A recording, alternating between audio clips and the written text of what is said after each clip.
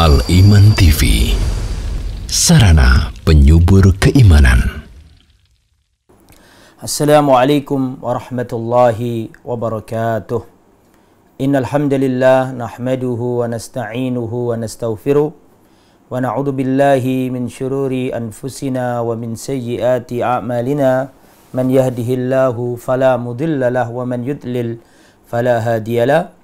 Wa asyhadu an la ilaha illallah wahdahu la syarikalah wa asyhadu anna Muhammadan abduhu wa rasuluh la nabiyya wa la rasula ba'dah. Allahumma salli wa sallim wa barik wa an'im ala abdika wa rasulika nabiyyina al-karim Muhammadin wa ala alihi wa sahbihi wa man sara ala nahjihi ila yaumiddin. Ya ayyuhalladzina amanu taqullaha haqqa tuqatih wa la tamutunna illa wa antum muslimun. Ya ayyuhan nasu taqu rabbakum alladhi khalaqakum min nafsin wahidah wa khalaqa minha zawjaha wa batha minhuma rijalan katsiran wa nisaa wattaqullaha alladhi tasaaluna bihi wal arham innallaha kana 'alaykum raqiba. Ya ayyuhalladzina amanu taqullaha wa qulu qawlan sadida yuslih lakum a'malakum wa yaghfir lakum dhunubakum wa may yuti'illaha wa rasulahu faqad faza fawzan 'azima. Amma ba'd. فإن أصدق الحديث كتاب الله وخير الهدى هدى محمد صلى الله عليه وسلم وشر الأمور محدثاتها وكل محدثة بدعة وكل بدعة ضلالة وكل ضلالة في النار. معاشر الحاضرين المستمعين kaum muslimin yang dirahmati oleh Allah Subhanahu wa taala. Allah Subhanahu wa ta'ala berfirman, laqad kana lakum fi rasulillahi uswatun hasanah. Dan sungguh telah ada pada diri Rasulullah suri toladan yang baik. Rasulullah adalah inti keteladanan. Dalam sosok Rasulullah ada banyak keteladanan. Beliau adalah seorang rasul, beliau adalah seorang pendidik, beliau adalah seorang guru, beliau adalah seorang ayah, beliau adalah seorang suami, beliau adalah seorang pedagang, dahulu pernah berdagang. Rasulullah SAW adalah seorang pemimpin. Rasulullah SAW adalah seorang tetangga. Rasulullah SAW adalah seseorang yang di dalam dirinya ada banyak keteladanan. Segala gerak hidup Rasulullah harus kita teladani. Laqad kana lakum fi rasulillahi uswatun hasanah. Dan sungguh telah ada pada diri Rasulullah uswatun hasanah, suri teladan yang baik. Maka kita harus ajarkan kepada generasi muda kita supaya tidak terjadi krisis idola. Kaum muslimin, terutama kaum pemuda sekarang, banyak yang menggandrungi penyanyi pop Korea, artis Bollywood, artis Hollywood, orang-orang barat. Mereka lupa bahwa mereka ini memiliki sosok yang tidak layak kita mengambil idola lain selain sosok yang satu ini, yaitu Rasulullah Sallallahu Alaihi Wasallam. Yang mana seseorang tidak akan masuk surga kalau tidak mencintainya. Ikhwatal iman, maka sebelum kita menyampaikan materi seputar pedang terhunus bagi penghina Rasulullah, maka kita kaum muslimin harus mengerti bagaimana cara kita mencintai Rasulullah Sallallahu Alaihi Wasallam. Semua orang ngaku cinta Nabi. Seluruh manusia yang beragama Islam mengaku umatnya Nabi dari ujung Maroko sampai Merauke, negeri Islam. Semuanya mengaku cinta Nabi. Bahkan yang ada di negara-negara kafir pun selama dia Muslim mengaku cinta Nabi. Akan tetapi ikhwatal iman, seorang penyair Arab mengatakan, kullun yadda'i waslan bilaila wa laila la tukirru lahum bidhaka. Semua orang mengaku punya hubungan dekat, punya hubungan spesial dengan seorang wanita cantik bernama Laila. Semuanya ngaku. Wa laila la tukirru lahum bidhaka. Padahal Laila nggak mengakui hubungan itu. Padahal Laila nggak kenal siapa mereka. Begitulah sekiranya kebanyakan orang yang hanya mengklaim cinta Rasulullah. Semua mengklaim cinta, mahabbatur Rasul, cinta Rasulullah. Walakin ikhwatal iman, sebagaimana yang diungkapkan oleh Al-Imam Ibnu Katsir dalam kitabnya Tafsir Ibnu Katsir, beliau mengatakan, laisa sya'nu an tuhib, innama sya'nu an tuhab. Yang menjadi pokok permasalahan bukan kita mencintai Nabi. Yang menjadi pokok permasalahan bukan kita mencintai. Tapi permasalahannya adalah apakah kita dicintai. Kalau sekedar mengaku cinta, nggak usah diomongkan. Semua umatnya Nabi pasti ngaku cinta Nabi. Akan tetapi permasalahannya, apakah kita dicintai Nabi? Karena tidak semua orang yang menyinta diterima cintanya. Tidak semua orang yang mencinta terbalas cintanya. Ada orang yang menyinta tapi salah dalam mencintai dan tidak diterima cintanya. Mana dalil bahwa tidak semua orang yang mencintai Nabi berbalas cintanya atau terbalas cintanya? Nanti pada hari kiamat sebagaimana dicantumkan dalam riwayat Imam Al-Bukhari, nanti pada hari kiamat umatnya Nabi atau yang mengaku umatnya Nabi, mereka berbondong-bondong ingin masuk ke telaga Rasulullah Al-Haud, Al-Kautsar. Mereka semuanya ingin masuk ke telaga Rasul, minum karena kehausan, dahaga. Pada hari kiamat nanti orang-orang yang mengaku Islam berbondong-bondong ingin masuk ke telaganya Rasulullah.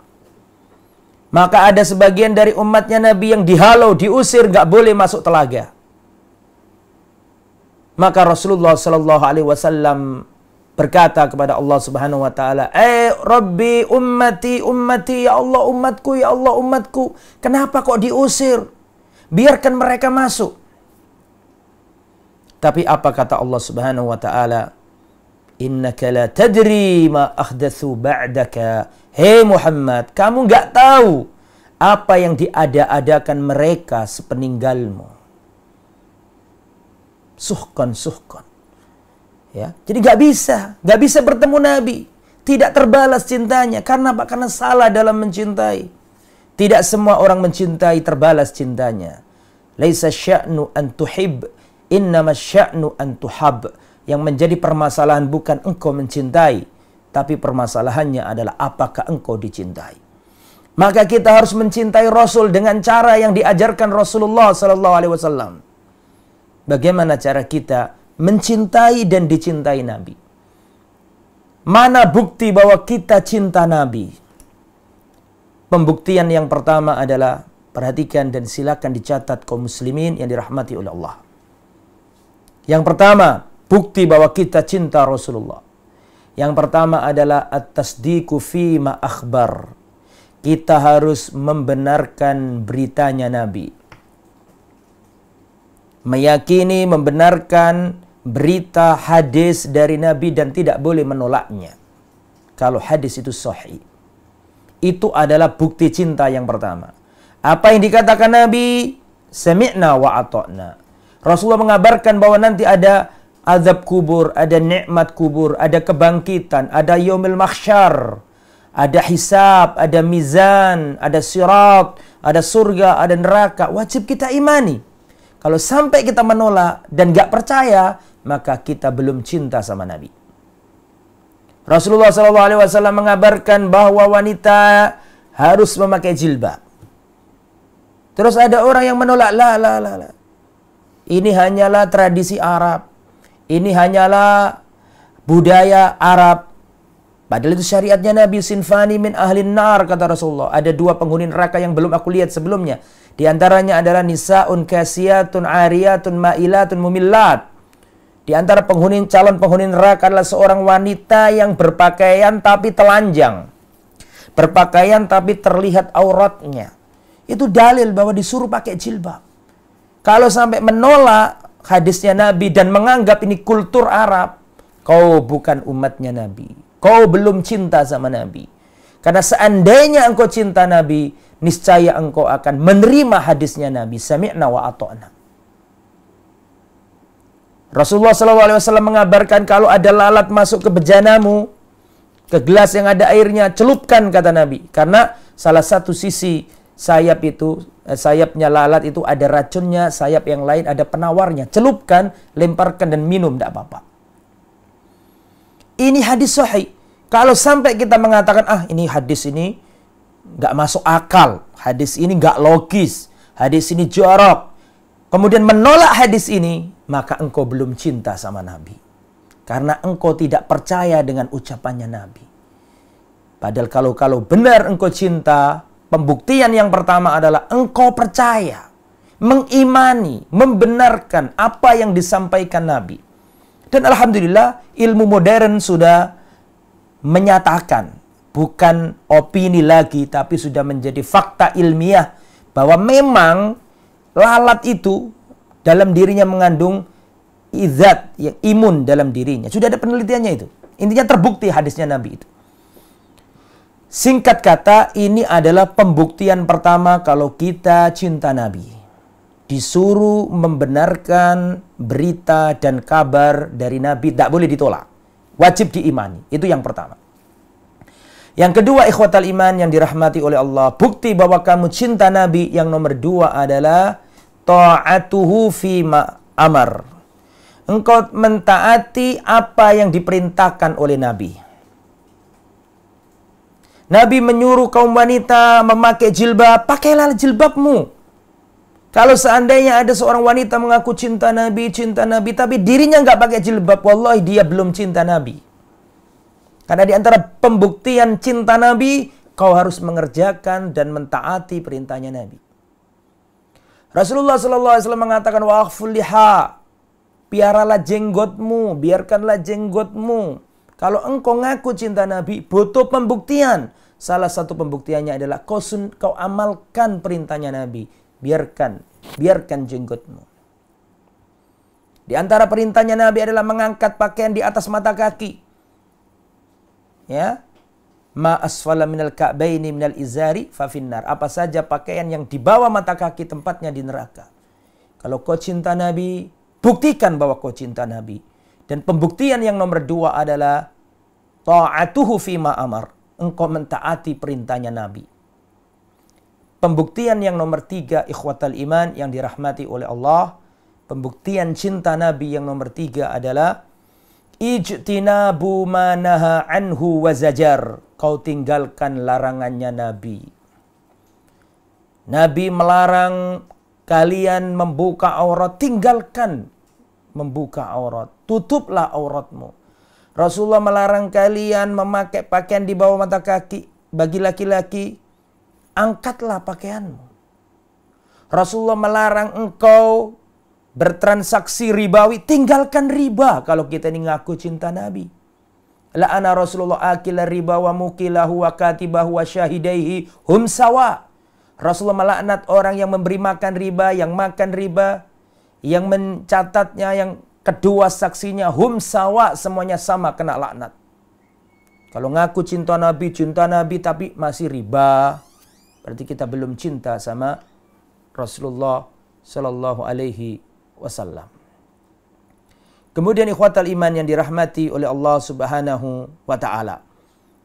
Contoh lain, Rasulullah Sallallahu Alaihi Wasallam berkata, khususnya untuk para wanita, perhatikan. Rasulullah Sallallahu Alaihi Wasallam dalam hadis dikatakan, la'ana Rasulullah Sallallahu Alaihi Wasallam an-namisa wal mutanammisa. Rasulullah melaknat wanita yang mencabut atau mencukur alis rambutnya dan yang minta dicukur alis rambutnya.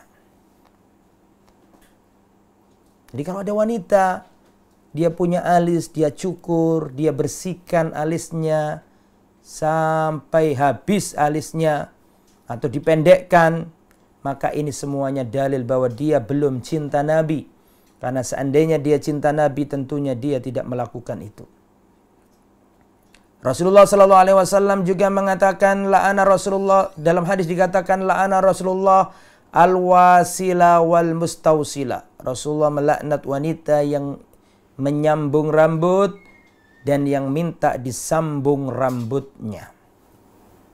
Kalau sampai itu dilakukan, berarti dia belum cinta sama Nabi. Karena syarat cinta yang ketiga adalah meninggalkan larangannya Nabi. Kemudian ikhwatal iman yang dirahmati oleh Allah Subhanahu wa taala. Yang keempat, bukti bahwa kita cinta Rasulullah. Bukti bahwa kita mencintai dan ingin dicintai Rasulullah. Yang nomor 4 adalah wa alla yu'badallah illa bima syara', dan kita tidak boleh beribadah kepada Allah kecuali dengan syariatnya Nabi. Kalau ngaku cinta Nabi, jangan sesekali beribadah kecuali dengan syariatnya Nabi. Artinya buktikan cintamu dengan beribadah sesuai dengan aturannya Nabi. Makanya dalam hadis riwayat Imam Al-Bukhari, Rasulullah SAW bersabda, "Man ahdatha fi amrina hadha ma laysa minhu fahuwa raddun." Barang siapa mengada-ngadakan perkara baru dalam agama yang tidak ada contoh dari Nabi, maka amalnya tertolak. Dalam hadis yang lain riwayat Imam Muslim, Rasulullah SAW bersabda, "Man ahdatha fi amrina hadha ma laysa minhu fahuwa raddun."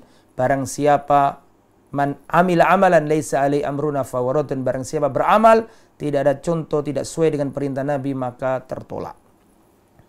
Itulah ikhwatal iman, 4 pembuktian kalau kita cinta Rasulullah sallallahu alaihi wasallam. Ini adalah 4 secara global. Kalau diperinci banyak ya. Membela Nabi, bersolawat, bertahlil, itu kan semua sudah include semuanya ke 4 hal ini. Jadi 4 hal ini adalah hal-hal yang menunjukkan bahwa kita cinta Rasulullah sallallahu alaihi wasallam. Kemudian ikhwatal iman rahimani wa rahimakumullah. Sekarang bagaimana kalau manusia yang kita agungkan, manusia yang kita cintai, yang Allah Subhanahu wa taala pemilik langit dan bumi, Allah Subhanahu wa taala yang paling tinggi di atas arsy mengatakan memuji Rasulullah, wa innaka la'ala khuluqin azim, dan engkau sesungguhnya engkau wahai Muhammad benar-benar berada di atas budi pekerti yang luhur, akhlak yang mulia. Lalu datang orang kafir menghina, atau orang yang ngaku Islam menghina Rasulullah sallallahu alaihi wasallam. Bagaimana hukumannya? Kalau ada orang menghina Rasulullah sallallahu alaihi wasallam, bagaimana hukuman bagi orang yang menghina Rasulullah sallallahu alaihi wasallam? Mari kita lihat penjelasan para ulama. Hukum seseorang yang mencela, yang menghinakan Rasulullah sallallahu alaihi wasallam. Al-Imam Ibnu Taimiyah rahimahullah memiliki kitab As-Sarimul Maslul ala Syatimir Rasul, pedang terhunus bagi orang yang menghina Rasulullah Muhammad sallallahu alaihi wasallam. Bagaimana hukum orang yang mencela Rasulullah? Mari kita baca. Beliau mengatakan, "Anna man sabban nabiyyah sallallahu alaihi wasallam min muslimin au kafirin fa innahu yajibu qatluhu. Hadza madhhabun alaihi amatu ahli ilmi." Beliau mengatakan al-mas'alatul ula, masalah yang pertama, barang siapa mencela Rasulullah sallallahu alaihi wasallam min muslimin, baik dia itu orang Islam, au kafirin, atau dia itu orang kafir, menghina, mencela, melecehkan, menistakan Rasulullah, fa innahu yajibu qatluh, maka dia wajib untuk dibunuh.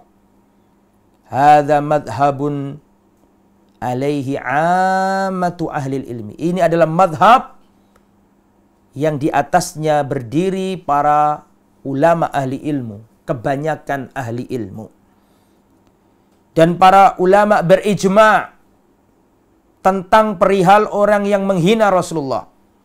Al-Imam Ibnul Mundhir rahimahullah mengatakan, "Wa qad ajma'u ala anna man sabban nabiyya sallallahu alaihi wasallam anna lahul qatl. Para ulama bersepakat, barang siapa, sesungguhnya siapa yang mencela, melecehkan, menghina Rasulullah sallallahu alaihi wasallam, anna lahul qatl, maka hukumnya adalah bunuh. Ijma' ini dinukil oleh Al-Imam Ibnul Mundhir dalam kitabnya Al-Ijma'. Sebagaimana juga Al-Imam Ibnu Hazm rahimahullah dalam kitabnya Al-Muhalla. Beliau juga menukil hal ini dan mengatakan, kullu man adha Rasulullah sallallahu alaihi wasallam fahuwa kafirun murtaddun yuqtal wala budd. Setiap orang yang menyakiti, menghina, melecehkan, menistakan Rasulullah sallallahu alaihi wasallam fahuwa kafirun, maka dia kafir.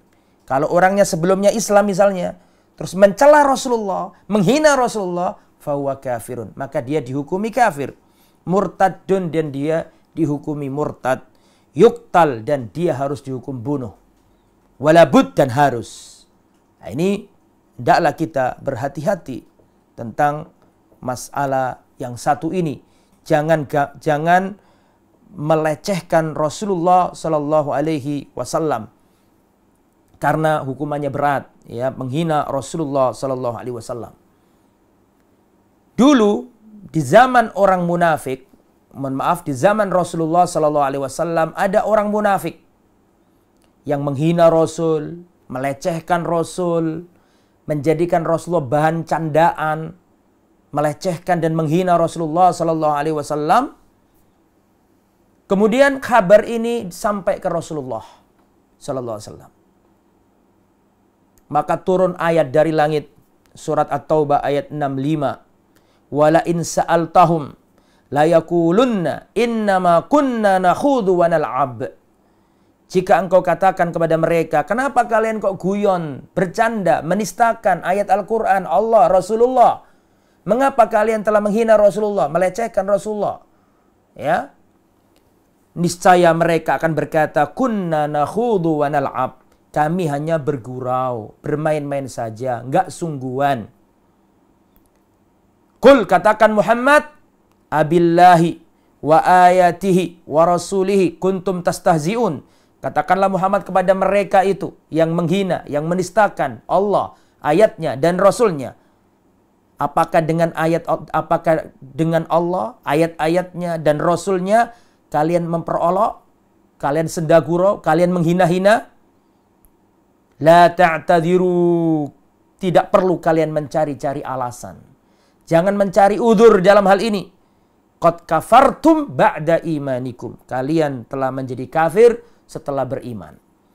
Ini ayat secara gamblang dan jelas, surat At-Taubah ayat 65 dan 66.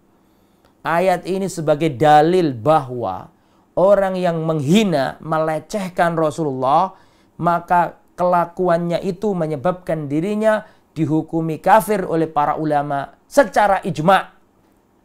Gak ada perselisihan. Secara ijma' tidak ada perselisihan para ulama.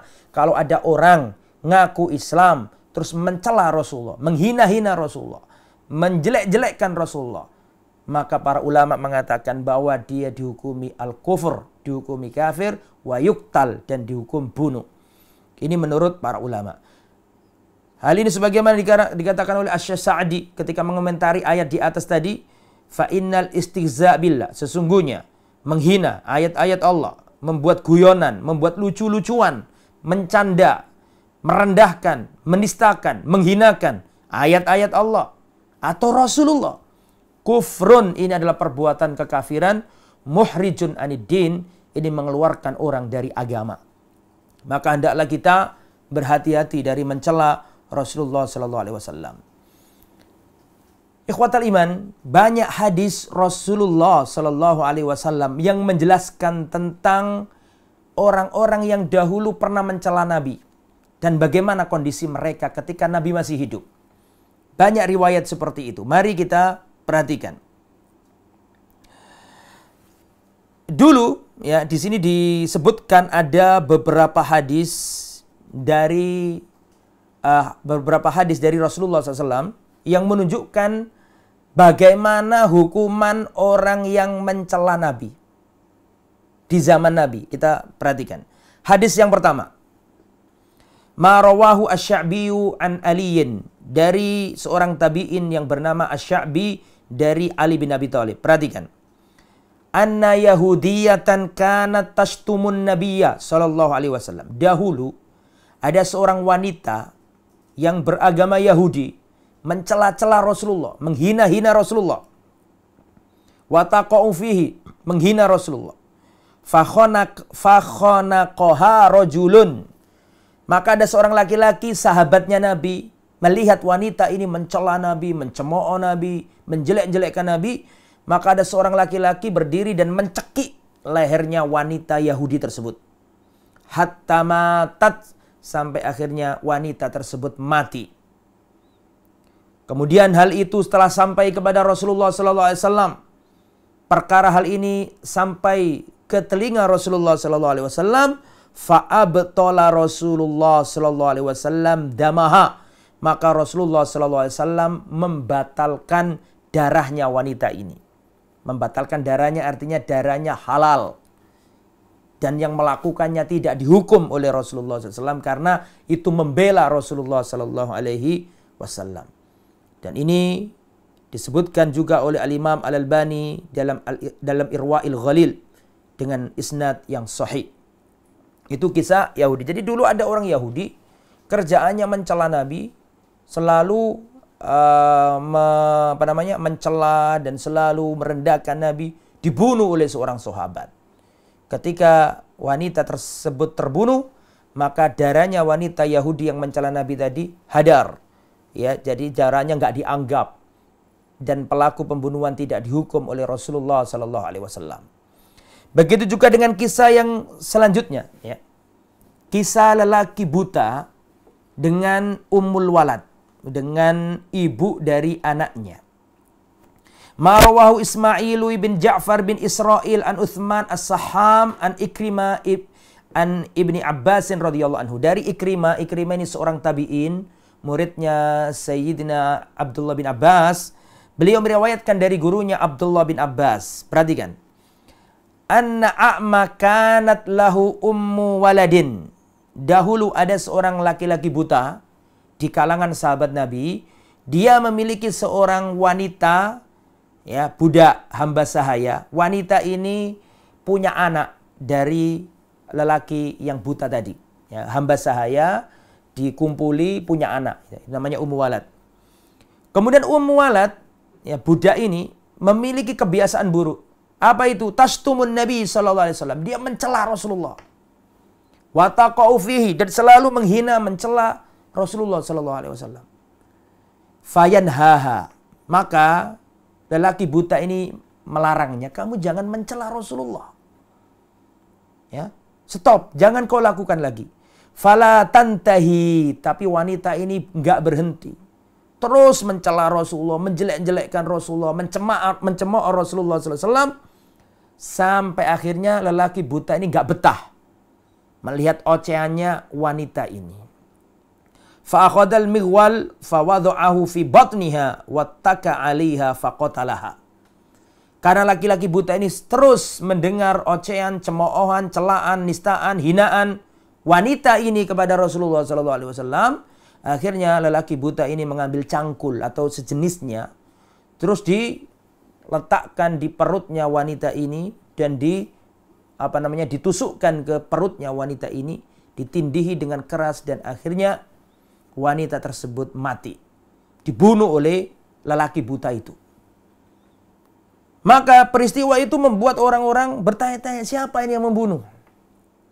Dan Rasulullah SAW mengatakan, Unsyudullah, rajulan fa'ala ma fa'ala li alaihi haqqun illa qama. Ya, intinya siapa yang melakukan ini hendaklah berdiri. Yang membunuh wanita ini siapa ini? Yang bertanggung jawab siapa? Karena orang mati ini dalam keadaan terbunuh. Maka Rasulullah intinya dengan hak Allah Subhanahu wa taala. Ya, siapa laki-laki yang membunuh ini berdiri. Akhirnya laki-laki buta itu berdiri. Yatakhattan nas, dia melangkai manusia-manusia yang banyak menuju Rasulullah. Faqa'ada au hatta qa'ada baina yadayin Nabi sallallahu alaihi wasallam. Sampai laki-laki buta ini dia duduk di depan Rasulullah sallallahu alaihi wasallam. Kemudian mengatakan, "Ya Rasulullah, ana sahibuha." Ya Rasulullah, akulah pemilik wanita ini. Ya, budaknya. Dia selalu mencelamu, kana tashtumuka wa taqa'u fika. Dia mencelamu, mencemoohmu, menistakan dirimu. Fa'anhaha, tapi aku melarang dia. Fala tantahi, tapi terus dia nggak berhenti. Dia senantiasa mencelamu, menistakanmu ya Rasulullah. Sampai akhirnya aku ambil cangkul dan aku bunuh wanita ini. Setelah mendengarkan penjelasan laki-laki ini, Rasulullah berkata, perhatikan. Rasulullah mengatakan, ala ishhadu anna damaha hadar. Persaksikanlah, wahai para sahabat, anna damaha hadar. Sesungguhnya darahnya wanita ini hadar. Hadar artinya darahnya sia-sia. Gak bisa dibalas karena dia telah mencela Rasulullah SAW. Dan pembunuhnya tidak bisa dihukum. Karena wanita itu mencela Rasulullah. Lah, wanita ini yang mencela muslim apa muslimah apa kafirah? Ini perlu diteliti dan perlu dipahami. Kata Al-Imam Al-Hittabi, beliau mengatakan, bal zahir anna kanat kafirah. Wanita yang mencela-cela Rasulullah itu, yang dibunuh oleh laki-laki yang buta tadi, zahirnya dia bukan muslimah. Dia adalah wanita kafir. Wa kanal ahdulaha yamlikil muslim iyah. Karena dulu itu boleh seorang muslim memiliki hamba sahaya budak. Ya, dia ada yang ahli kitab, dikumpuli tanpa dinikahi boleh, ya. Dan di sini dikatakan wahum au bitazawwijil muslim biha. Karena dulu itu muslim bisa menikahi atau bisa juga bisa dengan menikahinya, sedangkan dia masih ahli kitab, atau menjadi budaknya. Ya, budak diperbolehkan ya pada waktu itu. Dan memang hukumnya dibolehkan dalam Islam selama syaratnya terpenuhi. Ya, jadi fa inna azwajal muslimin min ahlil kitab, pada waktu itu di antara istri-istri kaum muslimin juga dari ada kalangan ahli kitab. Sehingga beliau merojihkan bahwa wanita yang mencela-cela Rasulullah yang dibunuh oleh lelaki buta itu yang rojih bahwa wanita itu bukan muslimah. Ya. Kemudian beliau mengatakan li'anna mithla hadha sabbid daim la yaf'aluhu muslimun. Karena pencelahan, penghinaan yang terus-menerus seperti itu nggak mungkin dilakukan oleh seorang muslim illa an riddatin, kecuali dari orang yang murtad. Ya, au ikhtiyari dinin ghairil Islam, atau dia memilih agama lain selain agama Islam. Sehingga dirojihkan di sini oleh Al-Imam Al-Khittabi bahwa wanita yang disebut di situ yang dibunuh oleh laki-laki yang buta tersebut adalah wanita yang kafir, bukan wanita yang muslim. Ini bagaimana dahulu itu bahwa mencela Rasulullah itu bukan masalah yang sepele. Masalah yang menyebabkan seseorang darahnya boleh ditumpahkan. Nah, nanti saya terangkan, jangan gegabah dulu mengambil kesimpulan, lalu siapa yang berhak mengeksekusi? Itu nanti ada pelajaran, nggak boleh kita sembarangan juga. Pada waktu itu Rasulullah masih ada. Nah, sekarang Rasulullah sudah nggak ada. Apakah setiap orang membunuh begitu? Nah, nanti kita jelaskan. Ini sabar dulu. Ini saya terangkan dulu riwayat-riwayat bagaimana akhir kesudahan orang-orang yang mencela Rasulullah SAW. Ada juga namanya Ka'ab bin Ashraf. Wah, ini bengis, permusuhannya luar biasa kepada Rasulullah. Selalu memusuhi Rasulullah, menghina-hina Rasulullah. Ya. Sampai Rasulullah berkata di depan para sahabat, man li Ka'ab ibn al-Ashraf fa innahu qad adza Allah wa rasulah. Ya, siapakah di antara kalian yang membereskan Ka'ab bin Ashraf? Karena dia telah menyakiti Allah dan Rasulnya. Faqama Muhammad bin Maslama. Maka ada seorang sahabat Nabi. Ada seorang sahabat Nabi yang bernama Muhammad bin Maslama. Jadi Muhammad bin Maslama ini sahabat Nabi yang namanya seperti namanya Nabi. Ya, ada seorang sahabat Nabi yang namanya itu seperti nama Nabi, yaitu Muhammad bin Maslama. Ketika Rasulullah mengatakan siapakah di antara kalian yang membereskan Ka'ab bin Ashraf, maka berdirilah seorang sahabat yang luar biasa, sering diberi tugas dan misi khusus oleh Rasulullah. Laki-laki itu bernama Muhammad bin Maslamah. Dia berkata, "Ana ya Rasulullah, aku ya Rasulullah, biar aku yang mengemban misi ini." Maka beliau, ini ceritanya panjang ya, proses bagaimana eksekusi Ka'ab bin Ashraf ini panjang ceritanya. Singkatnya itu dilakukan oleh Ka'ab bin Ashraf dan berhasil memenggal kepalanya Ka'ab bin Ashraf yang telah menghina Rasulullah sallallahu alaihi wasallam. Nah, itu riwayat seperti terlalu banyak untuk disampaikan ya jamaah yang dirahmati oleh Allah Subhanahu wa taala, sehingga bisa disimpulkan bahwa para penghina Rasul itu kalau dia muslim, maka hukumannya dia murtad. Kalau dia ngaku muslim, perhatikan, kalau dia ngaku muslim, kemudian dia itu mencela Rasul, menghina Rasul, maka para ulama bersepakat. Dan tadi sudah saya nukilkan ijma dari para ulama. Kalau saya ulangi ya, mencela Rasulullah, menghina Rasulullah, itu ada dua kemungkinan. Kemungkinan yang pertama, orangnya ini aslinya Islam. Aslinya Islam. Terus dia mencela Rasul. Kemungkinan yang kedua, orang ini memang aslinya sudah kafir. Ini kan dua hal yang memang berbeda kan gitu kan. Kalau yang menghina Rasul itu ngaku Islam. Yang mencela Rasul itu ngaku Islam, maka Islamnya batal, dia murtad. Dan ini kesepakatan para ulama, bukan imam A, imam B, tapi semua. Saya bacakan, perhatikan. Ajma'al muslimuna, ini diriwayatkan oleh Al-Imam Ishaq ibn Rahawai. Beliau menukilkan ijma. Perhatikan, ajma'al muslimuna ala anna man sabballaha wa sabba rasulahu annahu kafirun bidzalika. Barang siapa mencela Allah dan mencela, menghina Rasulullah, maka dia dihukumi kafir. Ijma'. Tidak ada perbedaan di antara para ulama. Mau ulama manapun sepakat. Sebagaimana juga dicantumkan oleh Al-Imam Muhammad bin Sahnun. Beliau mengatakan ajma'al ulama'u ala anna syatiman nabi sallallahu alaihi wasallam wal mutanaqqis lahu kafirun. Dan para ulama bersepakat bahwa orang yang mencela, menghina Rasul atau merendahkan Rasul, maka dia dihukumi kafir. Kemudian beliau juga melanjutkan wa hukmuhu indal umma al-qatl, dan hukumannya adalah hukuman bunuh. Begitu juga Al-Imam Ibnu Hazm, kullu man adha Rasulullah sallallahu alaihi wasallam fahuwa kafirun murtaddun yuqtal walabud. Barang siapa mencela, menghina Rasulullah, maka hukumnya kafir, murtad, dan harus dibunuh.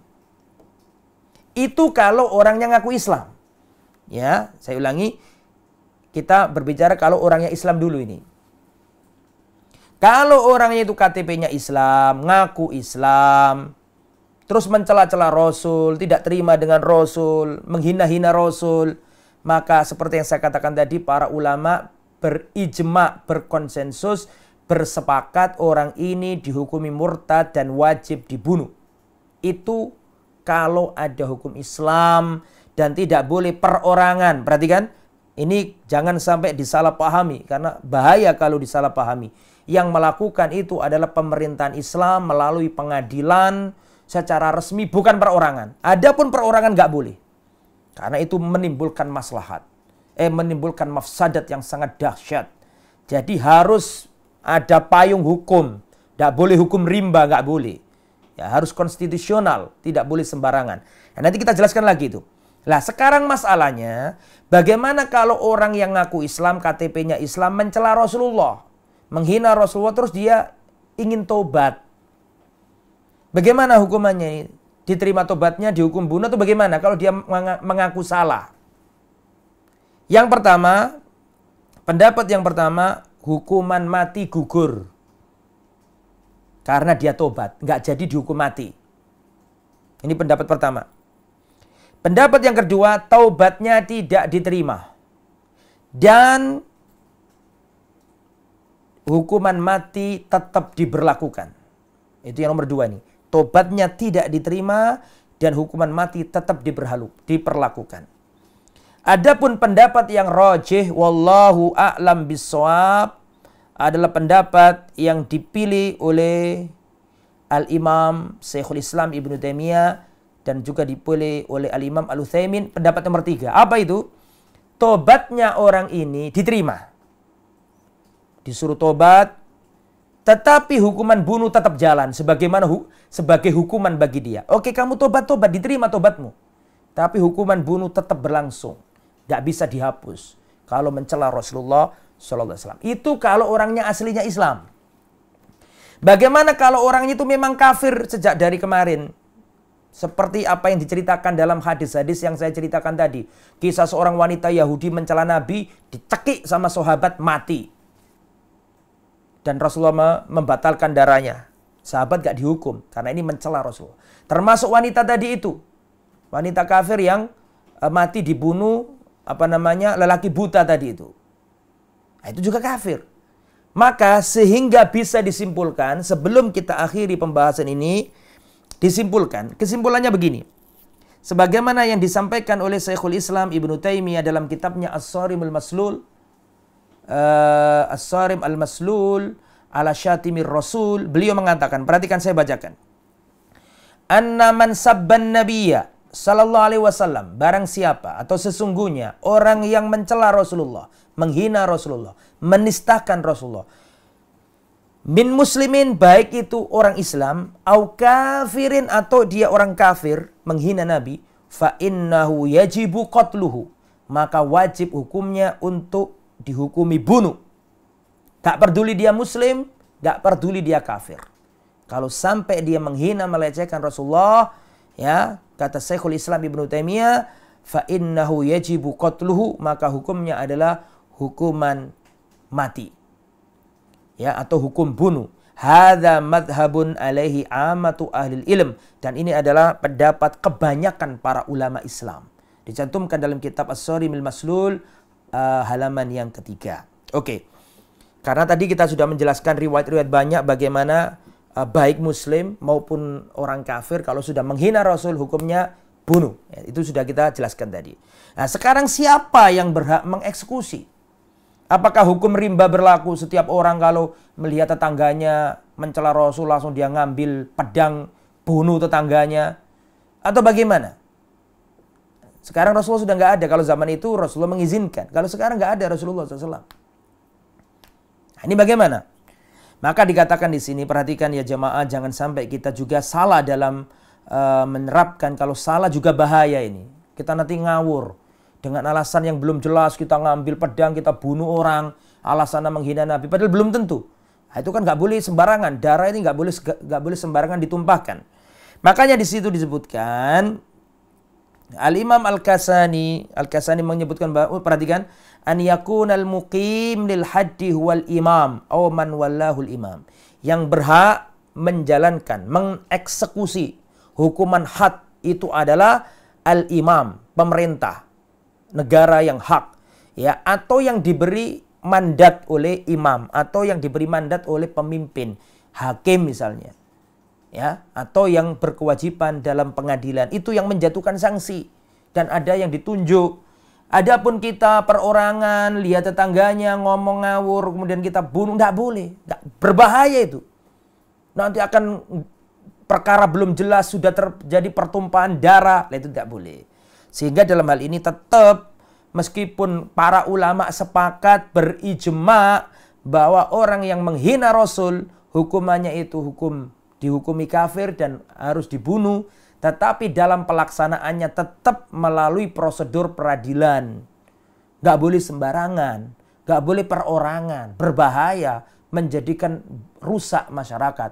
Karena setiap orang yang diduga belum jelas perkaranya, belum diadili, bunuh-bunuh, bahaya, darah tertumpah nanti. Makanya diatur, ada pengadilan, didatangkan saksinya, bagaimana yang diomongkan benar apa enggak, harus diadili secara adil, secara hak, tidak boleh perorangan yang mengeksekusinya. Gitu ya. Lalu bagaimana kalau yang membunuh itu orang kafir di negeri kafir? Nah, ini pembahasan lagi. Bagaimana kalau yang menghina Rasul itu orang kafir dan tinggal di negeri mayoritas kafir? Nah, ini masalahnya. Seperti yang kemarin terjadi itu. Nah, ini ditanyakan ke Fadilatul Syekh Ad-Doktor Shalih Al-Fauzan, beliau min kibar ulama as-Saudi, beliau pernah ditanya tentang hal ini. Saya bacakan di sini ya. Hal yajuzu ightialur rassam al-kafir alladhi urifa biwad'ir rusum al-musi'a lin-nabi sallallahu alaihi wasallam. Apakah hukumnya membunuh ya seorang pelukis atau pembuat karikatur orang kafir yang menjelek-jelekkan Rasulullah, menghina Rasulullah, dengan cara membunuhnya, dengan cara ightial, sembunyi-sembunyi, perorangan tanpa peradilan, kita bunuh di jalan. Sedangkan itu di negeri kafir. Bagaimana ini? Beliau mengatakan, Syekh Shalih Al-Fauzan hafizahullah mengatakan, hadza laisa tariqatan salimatan. Ini bukan cara yang tepat. Ini bukan langkah yang selamat.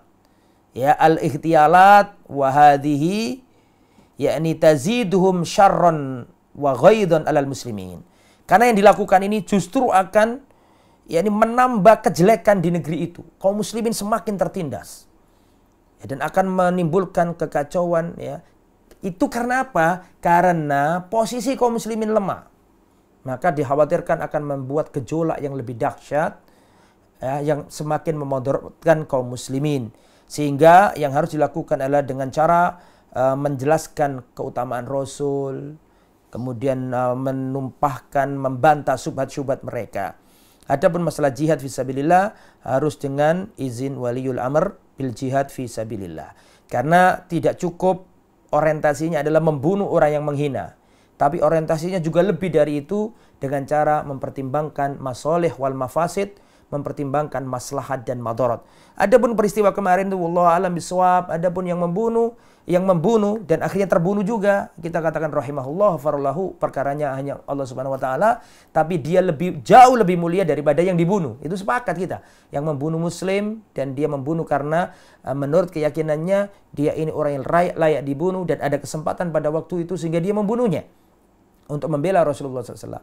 Meskipun para ulama menjelaskan langkah yang dilakukan kurang tepat karena bisa menimbulkan mafsadat yang lebih besar untuk keberadaan kaum muslimin di negara yang mayoritasnya kafir. Jadi itu yang disampaikan oleh para ulama, tidak boleh sembarangan, harus hati-hati ya. Adapun yang melakukan itu ya kita doakan rahimahullah wa ghafarallahu, urusannya dengan Allah Subhanahu wa taala, semoga dia diberi tempat yang baik di sisi Allah Subhanahu wa taala, dan kita nggak boleh merendahkannya, karena kalau kita merendahkannya berarti kita seakan-akan membela orang yang menghina Rasulullah sallallahu alaihi wasallam. Itu ikhwatal iman yang dirahmati oleh Allah Subhanahu wa taala. Semoga apa yang disampaikan ini bermanfaat. Lah, sekarang sebelum kita akhiri, apa yang harus kita lakukan? Melihat penghinaan Rasulullah, melecehkan Rasulullah, penistaan kepada Rasulullah sallallahu alaihi wasallam. Lah ini kita kaum muslimin, apa yang harus kita lakukan? Apa yang kita lakukan ketika menghadapi fenomena seperti ini? Yang pertama, ikhwatal iman, kaum muslimin harus marah. Tidak semua marah itu tercela. Ada marah yang berpahala. Di antara marah yang berpahala adalah marah ketika syiar-syiar Islam dilecehkan. Seorang muslim harus marah.